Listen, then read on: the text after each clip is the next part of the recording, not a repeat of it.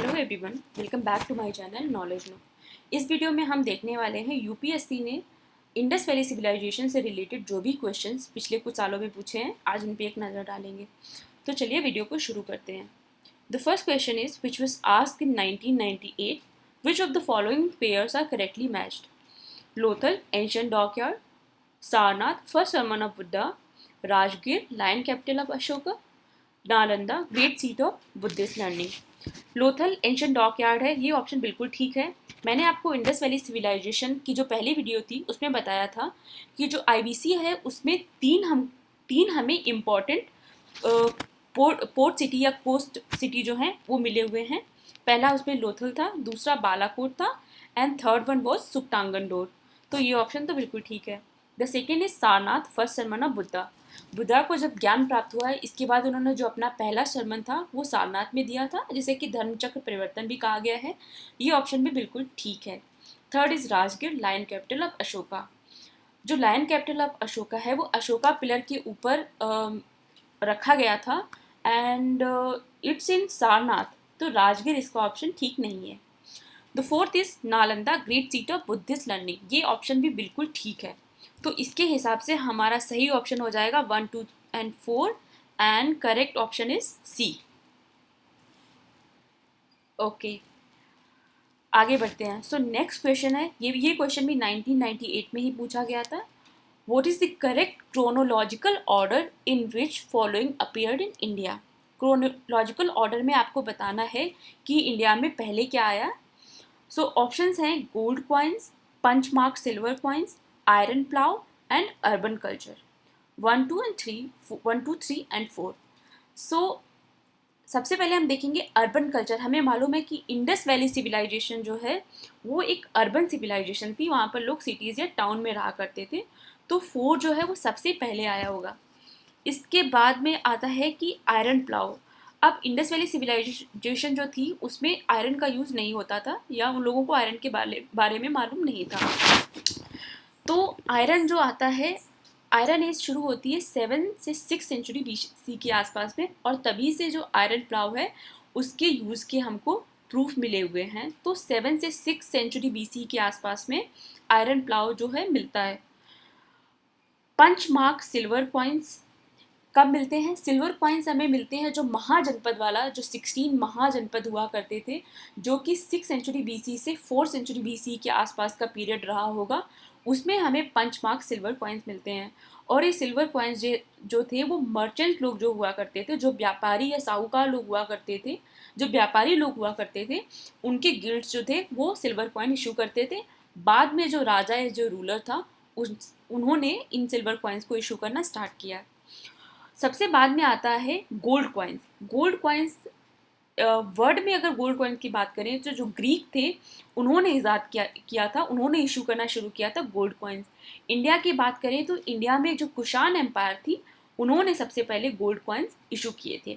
तो 4th, 3rd, 2nd, 1st ये इसका करेक्ट ऑर्डर हो जाएगा और इसके हिसाब से हमारा ऑप्शन बनता है ऑप्शन डी। चलिए आगे बढ़ते हैं।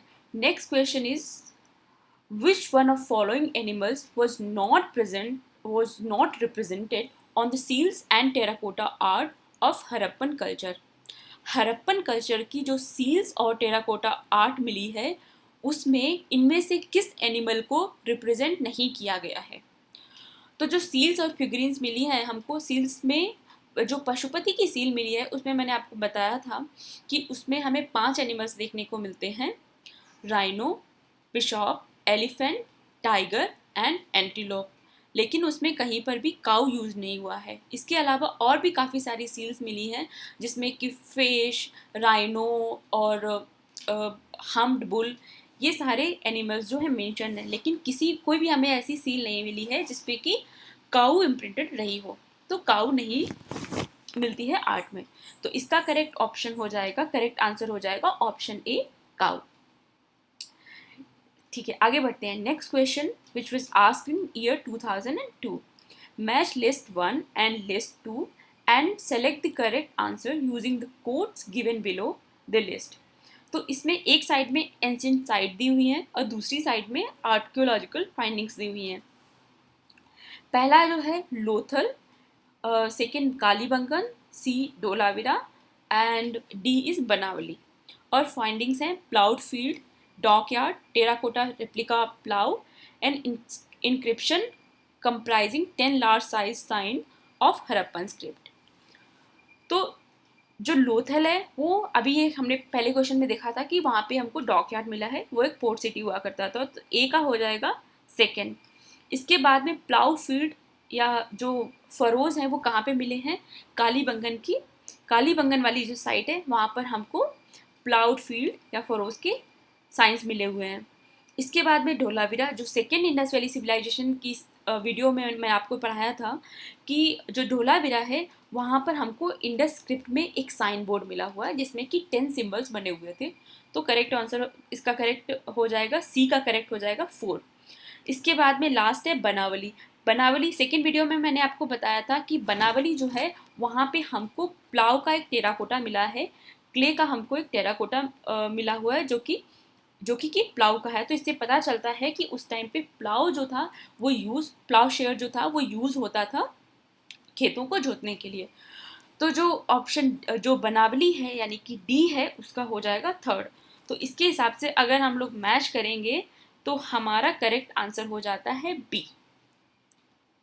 Okay, Kalibangan ploughed field, Kalibangan का प्लाउड फील्ड हो जाएगा, लोथल का डॉकयार्ड हो जाएगा, धोलावीरा का साइन बोर्ड एंड बनावली का टेराकोटा रेप्लिका प्लाव.